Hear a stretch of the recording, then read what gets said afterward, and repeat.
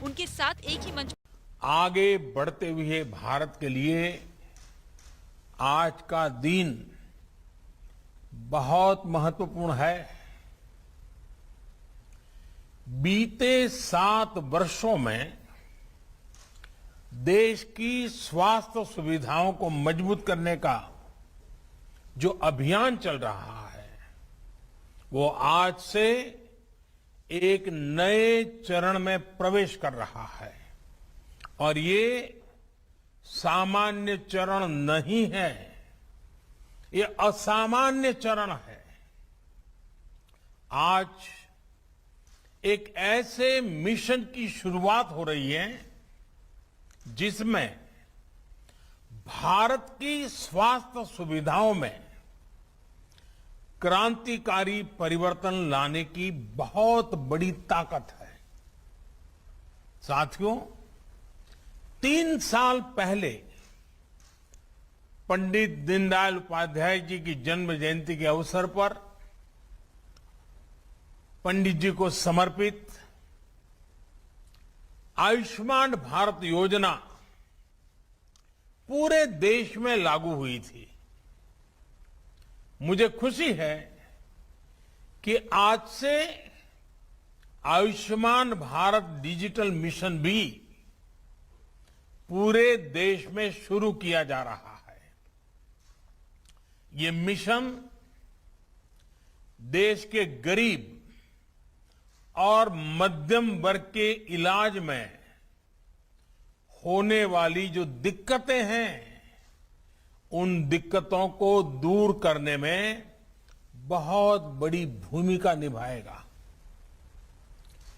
Technology के माध्यम से मरीजों को पूरे देश के हजारों अस्पतालों से कनेक्ट करने का जो काम आयुष्मान भारत ने किया है, आज उसे भी विस्तार मिल रहा है, एक मजबूत टेक्नोलॉजी प्लेटफॉर्म मिल रहा है। साथियों, आज भारत में जिस तरह टेक्नोलॉजी को गुड गवर्नेंस के लिए, गवर्नेंस सुधारने का एक आधार बनाया जा रहा है, वो अपने आप में जन सामान्य को एम्पावर कर रहा है। यह अभूतपूर्व है। डिजिटल इंडिया अभियान ने भारत के सामान्य मानवी को डिजिटल टेक्नोलॉजी से कनेक्ट करके देश की ताकत अनेक गुना बढ़ा दी है। अब हम भलीभांति जानते हैं, हमारा देश गर्व के साथ कह सकता है 130 करोड़ आधार नंबर, 118 करोड़ मोबाइल सब्सक्राइबर्स, लगभग 80 करोड़ इंटरनेट यूजर,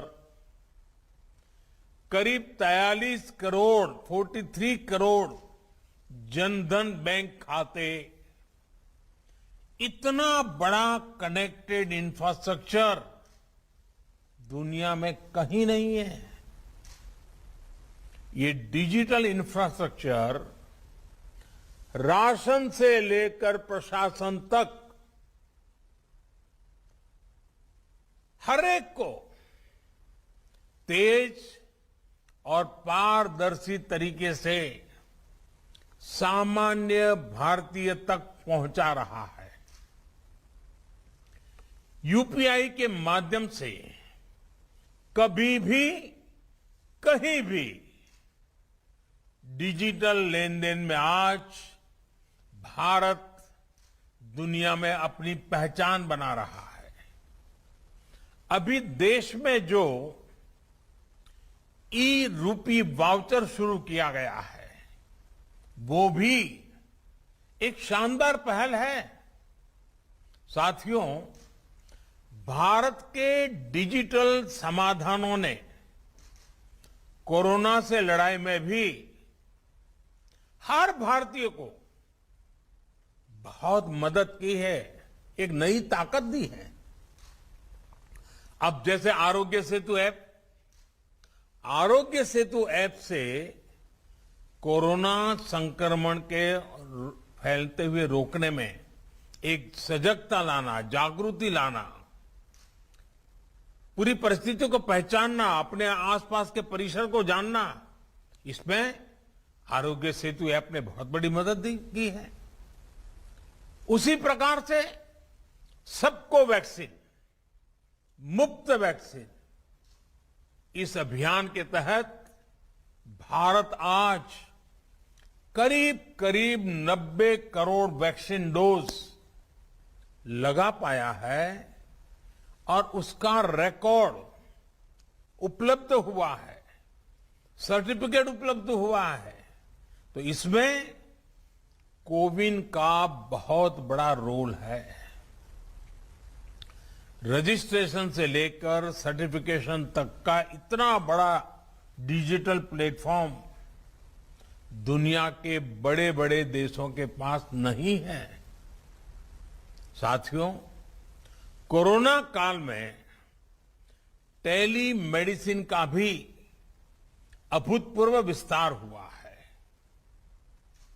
ई संजीवनी के माध्यम से अब तक लगभग 1.25 करोड़ रिमोट कंसल्टेशन पूरे हो चुके हैं।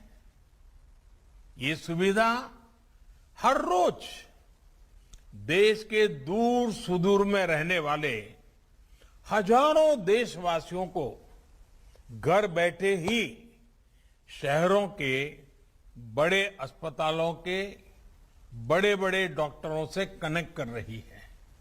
जाने माने डॉक्टरों की सेवा आसान हो सकी है। मैं आज इस अवसर पर देश के सभी डॉक्टरों, नर्सेस और मेडिकल स्टाफ का हृदय से बहुत आभार व्यक्त करना चाहता हूं। चाहे वैक्सीनेशन हो, कोरोना के मरीजों का इलाज हो, उनके प्रयास कोरोना से मुकाबले में देश को बड़ी राहत दे पाए हैं, बहुत बड़ी मदद कर पाए हैं। साथियों, आयुष्मान भारत पीएम जय ने गरीब के जीवन की बहुत बड़ी चिंता दूर की है।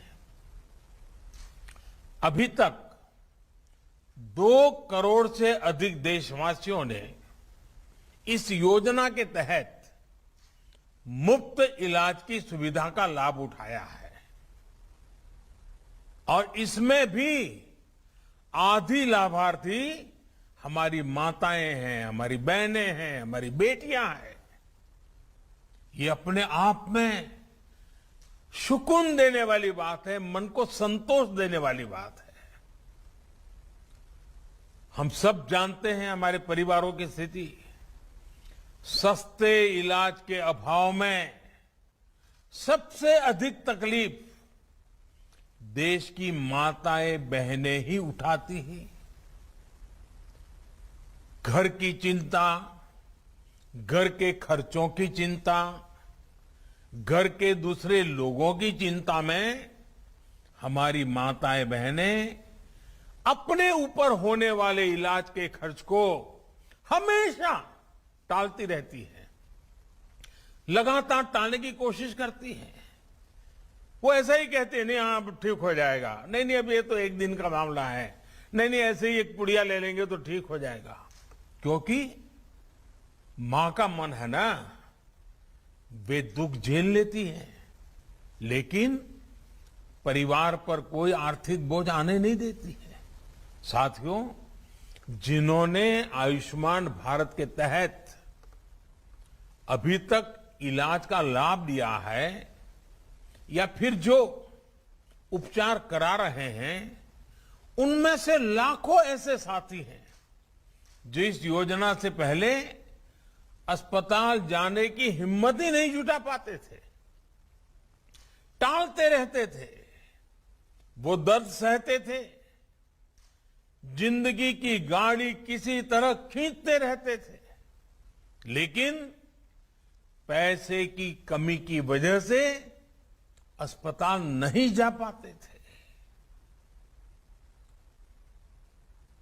इस तकलीफ का एहसास ही हमें भीतर तक झकझोर देता है।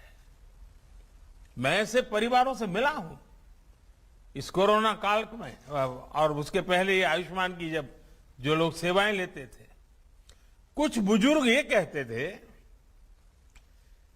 कि मैं इसलिए उपचार नहीं कराता था क्योंकि मैं अपने संतानों पर कोई कर्ज छोड़ करके जाना नहीं चाहता था।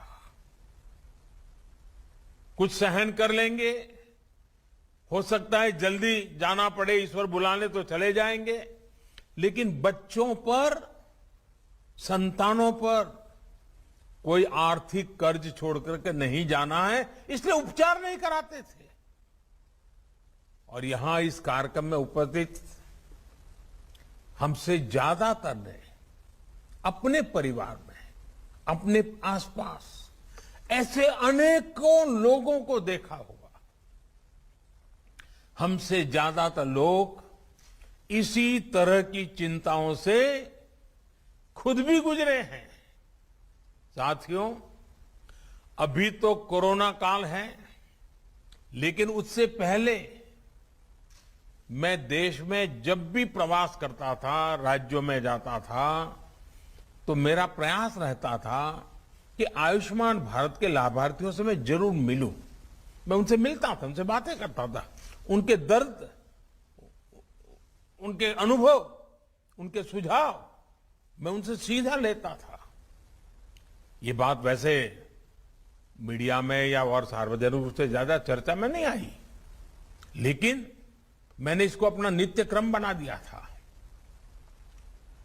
आयुष्मान भारत के सैकड़ों लाभार्थियों से मैं खुद रूबरू मिल चुका हूं, और मैं कैसे भूल सकता हूं उस बूढ़ी मां को जो बरसों तक दर्द सहने के बाद पथरी का ऑपरेशन करा पाई, वो नौजवान जो किडनी की बीमारी से परेशान था, किसी को पैर में तकलीफ, किसी को रीढ़ की हड्डी में तकलीफ, उनके चेहरे मैं कभी भूल नहीं पाता हूं। आज आयुष्मान भारत ऐसे सभी लोगों के लिए बहुत बड़ा संबल बनी है। थोड़ी देर पहले जो फिल्म यहां दिखाई गई, जो कॉफी टेबल बुक लॉन्च की गई, उसमें खास करके उन माताओं बहनों की चर्चा विस्तार से की गई है।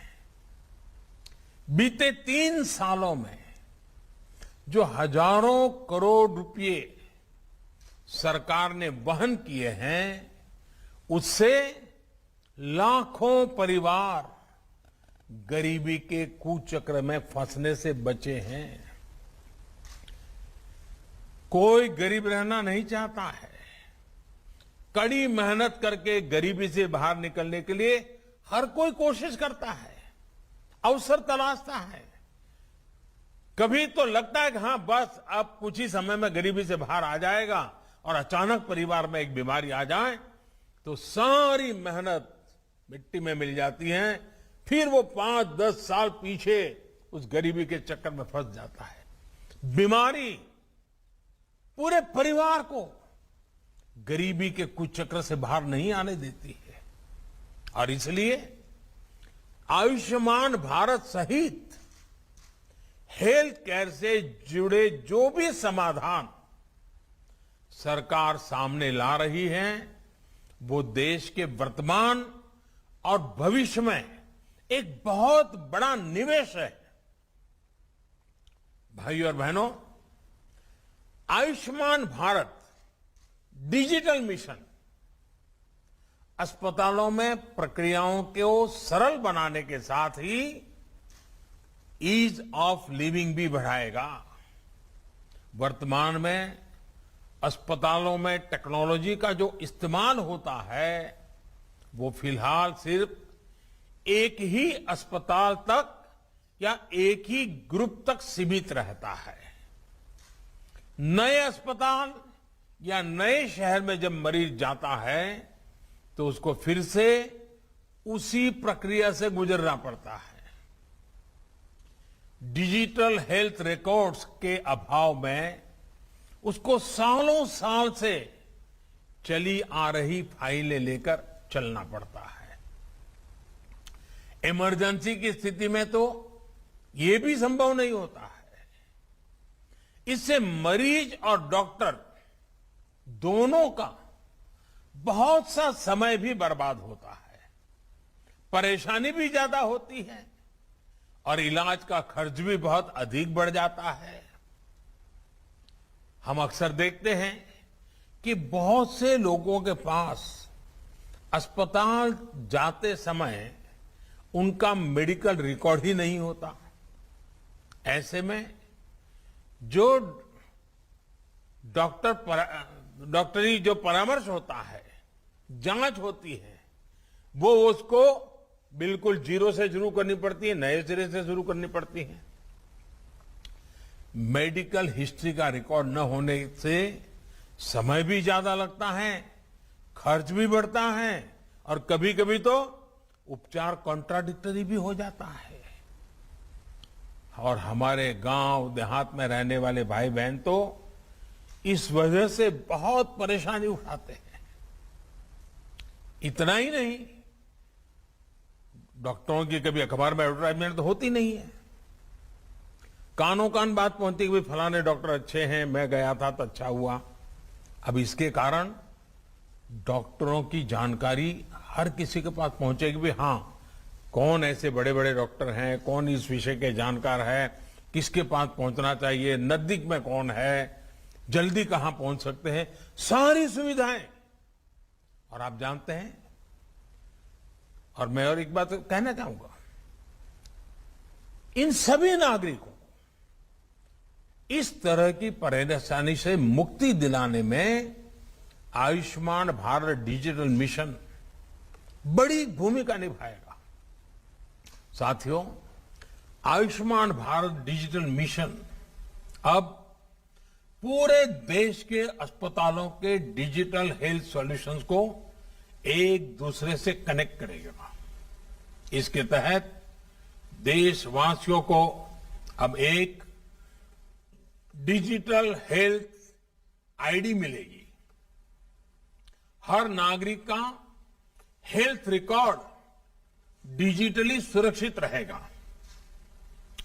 डिजिटल हेल्थ आईडी के माध्यम से मरीज खुद भी और डॉक्टर भी पुराने रिकॉर्ड को जरूरत पड़ने पर चेक कर सकता है।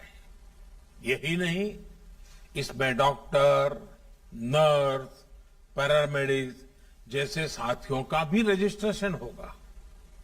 देश के जो अस्पताल है, क्लिनिक है, लैब्स हैं, दवा की दुकानें हैं, ये सभी भी रजिस्टर होगी।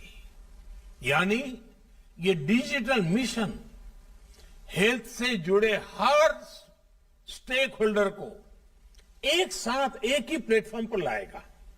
साथियों, इस मिशन का सबसे बड़ा लाभ देश के गरीबों और मध्यम वर्ग को होगा।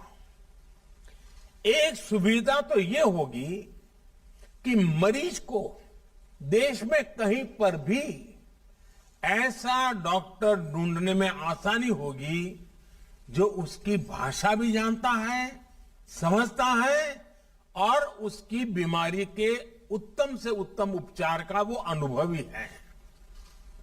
इससे मरीजों को देश के किसी कोने में भी उपस्थित स्पेशलिस्ट डॉक्टर से संपर्क करने की सहूलियत बढ़ेगी। सिर्फ डॉक्टर ही नहीं, बल्कि बेहतर टेस्ट के लिए लैब्स और दवा दुकानों की भी पहचान आसानी से संभव हो पाएगी।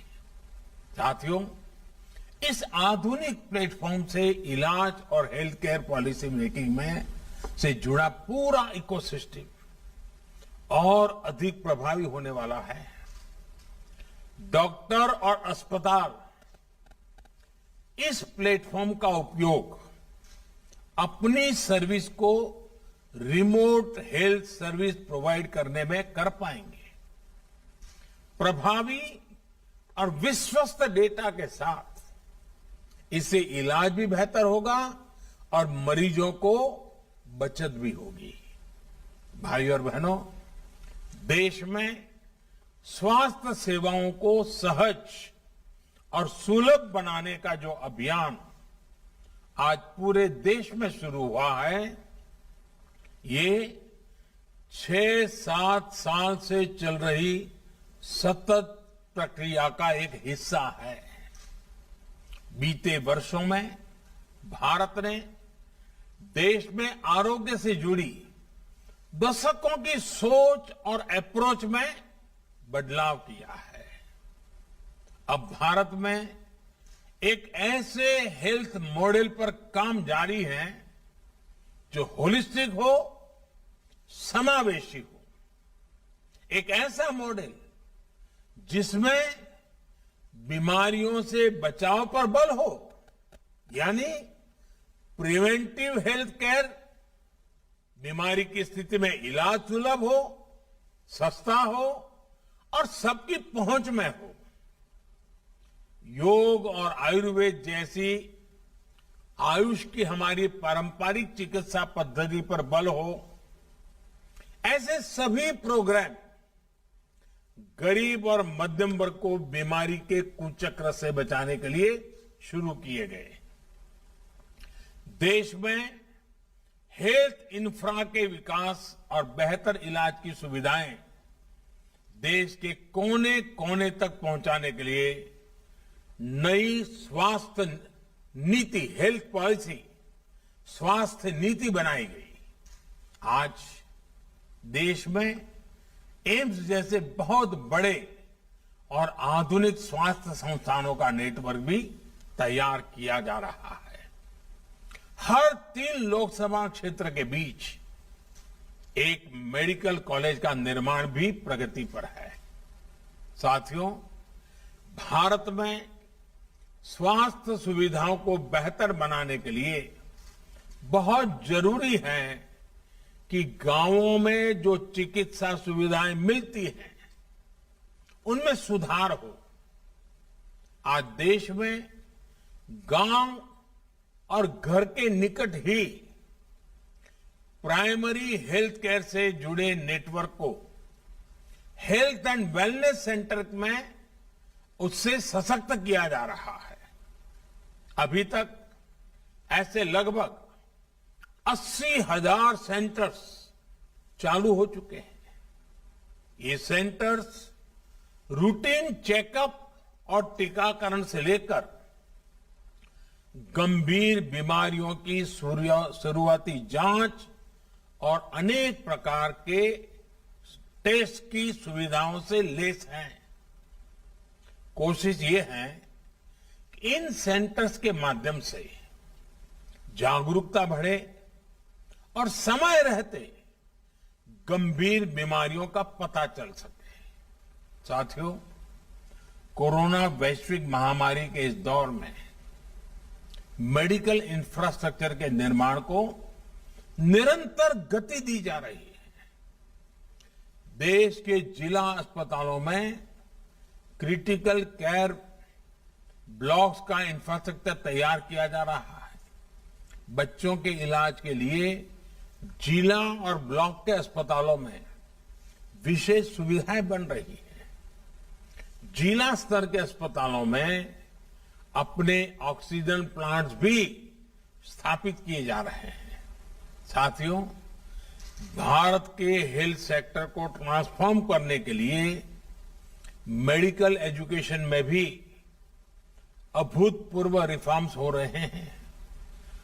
7-8 साल में पहले की तुलना में आज अधिक डॉक्टर्स और पैरामेडिकल मैन पावर देश में तैयार हो रही है।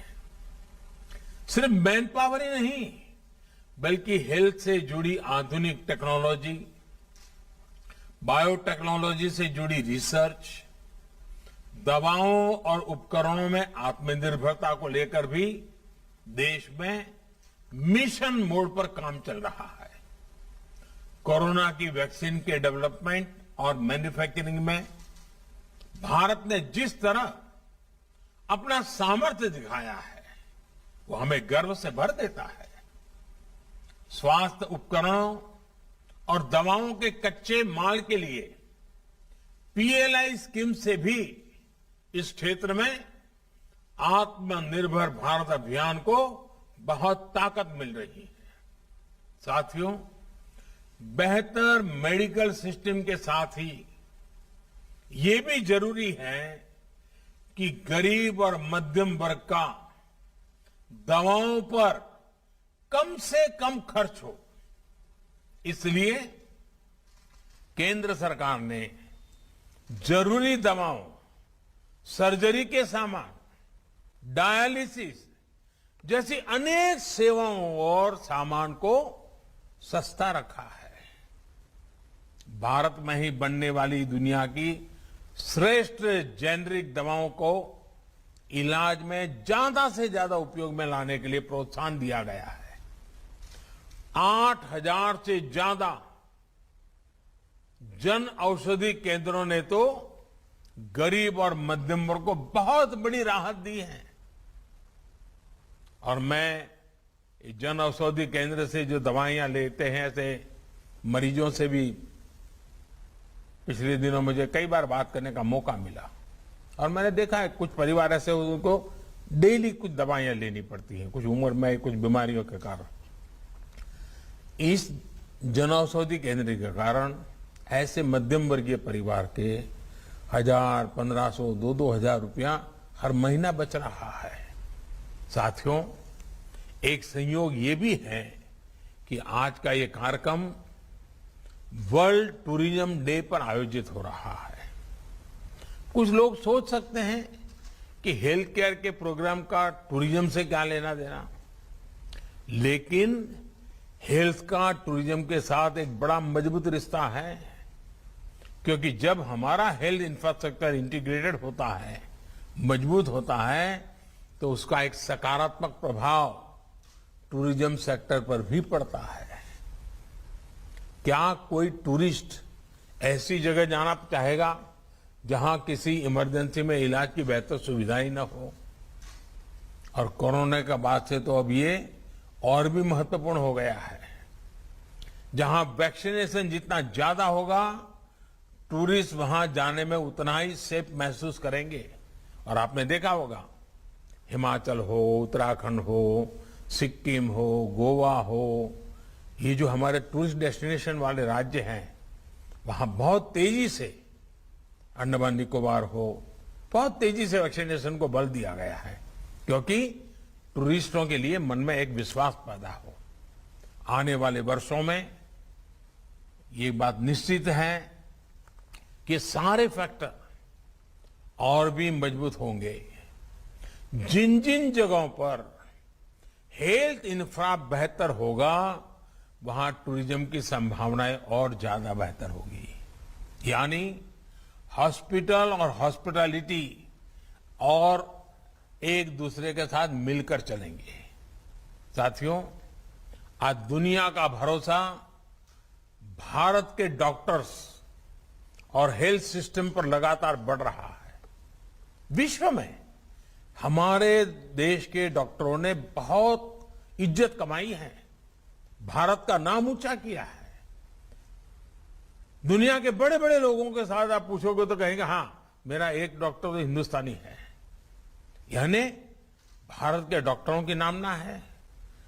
भारत के इंफ्रास्ट्रक्चर अगर मिल जाए तो दुनिया से हेल्थ के लिए भारत आने वालों की संख्या बढ़नी ही बढ़नी है।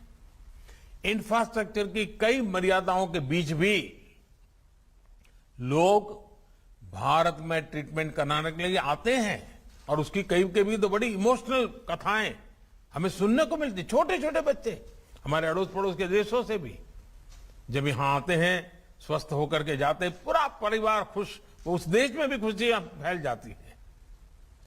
साथियों, हमारे vaccination programme, CoWIN technology platform और फार्मा सेक्टर ने हेल्थ सेक्टर में भारत की प्रतिष्ठा को और बढ़ाया है। जब आयुष्मान भारत डिजिटल मिशन द्वारा टेक्नोलॉजी की नई व्यवस्थाएं विकसित होगी तो दुनिया के किसी भी देश के मरीज को भारत के डॉक्टरों से कंसल्ट करने, इलाज करने, अपनी रिपोर्ट उन्हें भेजकर परामर्श लेने में बहुत आसानी हो जाएगी। निश्चित तौर पर इसका प्रभाव हेल्थ टूरिज्म पर भी पड़ेगा। साथियों, स्वस्थ भारत का मार्ग आजादी के अमृत काल में भारत के बड़े संकल्पों को सिद्ध करने में, बड़े सपनों को साकार करने के लिए बहुत जरूरी है। इसके लिए हमें मिलकर अपने प्रयास जारी रखने होंगे। मुझे विश्वास है चिकित्सा क्षेत्र से जुड़े सभी व्यक्ति, हमारे डॉक्टर्स, पैरामेडिक्स, चिकित्सा संस्थान इस नई व्यवस्था को तेजी से आत्मसात करेंगे। एक बार फिर आयुष्मान भारत डिजिटल मिशन के लिए मैं देश को बहुत बहुत शुभकामनाएं देता हूं। बहुत बहुत धन्यवाद। बहुत बहुत साधुवाद। हार्दिक आभार माननीय प्रधानमंत्री जी और अब माननीय मंत्रीगण और देश भर से हमारे साथ जुड़े सभी गणमान्य। और आयुष्मान भारत मिशन को लॉन्च कर दिया है प्रधानमंत्री नरेंद्र मोदी ने। इसी अवसर पर आप उन्हें सुन रहे थे। वीडियो कॉन्फ्रेंसिंग के जरिए आयुष्मान भारत डिजिटल मिशन की शुरुआत कर दी गई है और इस दौरान केंद्रीय स्वास्थ्य मंत्री मनसुख मांडविया भी वहां मौजूद रहे। वहीं इस मौके पर प्रधानमंत्री मोदी ने जनता को संबोधित भी किया और इस मिशन के बारे में जानकारी दी। उन्होंने कहा कि 21वीं सदी में आगे बढ़ते हुए भारत के लिए आज का दिन बहुत महत्वपूर्ण है।